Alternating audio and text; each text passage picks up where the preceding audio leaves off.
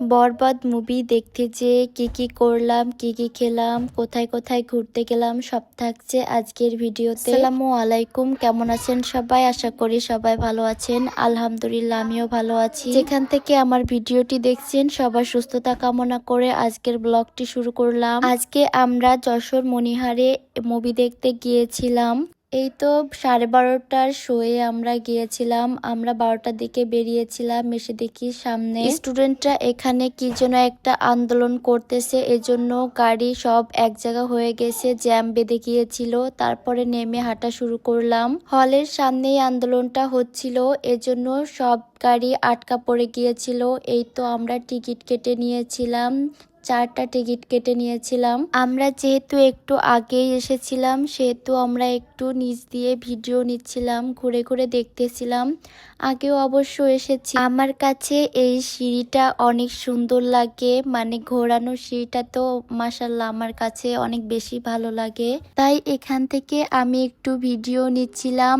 আমরা যাব 3 তলায়, আমাদের রুমটা 3 তলায় পড়েছিল। আগে থেকে অনেক ভালো করেছে এখন। এই তো আমরা 3 তলায় পৌঁছে গিয়েছিলাম। 3 তলা থেকে নিচের এই ভিউটা অনেক সুন্দর লাগতেছিল। এই তো আমাদের টিকিট নিয়ে একটু ভিডিও নিচ্ছিলাম। আর 3 তলা থেকে আমি সিঁড়ির আর ওই ঝর্ণার ভিডিওটি জাস্ট দেখাচ্ছিলাম। আর এটা হচ্ছে নিচের ফ্লোর। এখানে যেহেতু আমার সময় ছিল সেহেতু আমি একটু নিচে এসে ভিডিও নিচ্ছিলাম, পিকচার নিচ্ছিলাম। তারপর কিছু খাবার কিনে নিব, এজন্য এখানে এসেছিলাম নিচতলায়। কিছু খাবার নিয়ে ঢুকবো, যেহেতু আমাদের হাতে সময় আছে। এই তো আমাদের সবকিছু কেনা শেষ। এই তো এবার আমরা 3 তলায় চলে গিয়েছিলাম আবারও খাবার নিয়ে। এই তো সবাই বসেছিল, কিছু সময়ের মধ্যেই বেল পড়ে গিয়েছিল, কিন্তু এবার সবার লাইনে দাঁড়াতে হয়েছিল। আগে তো লাইনে দাঁড়িয়েছিলাম না। এই তো লাইনটা আমাদের চলে এসেছে। এই তো ভিতরে ঢুকে গিয়েছিলাম, শো তো শুরু হয়ে গিয়েছে।